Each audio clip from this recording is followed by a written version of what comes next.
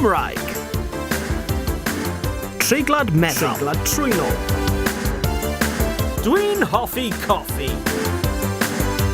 Llanfa'r pwllgwyngyll go Gareth chwyndrobl llantysilio go go go. Dysgu'r iaith yn 87.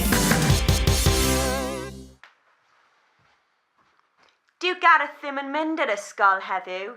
Mae pen tost gyda Gareth. Mae pen tost gyda Gareth? Oes, mae pen tost gyda Gareth. Oes tymheredd uchel gyda Gareth?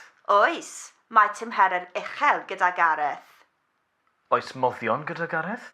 Oes, mae moddion gyda Gareth.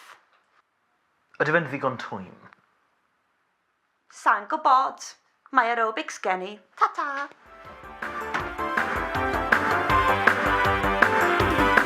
Dysgu'r iaith yn 87.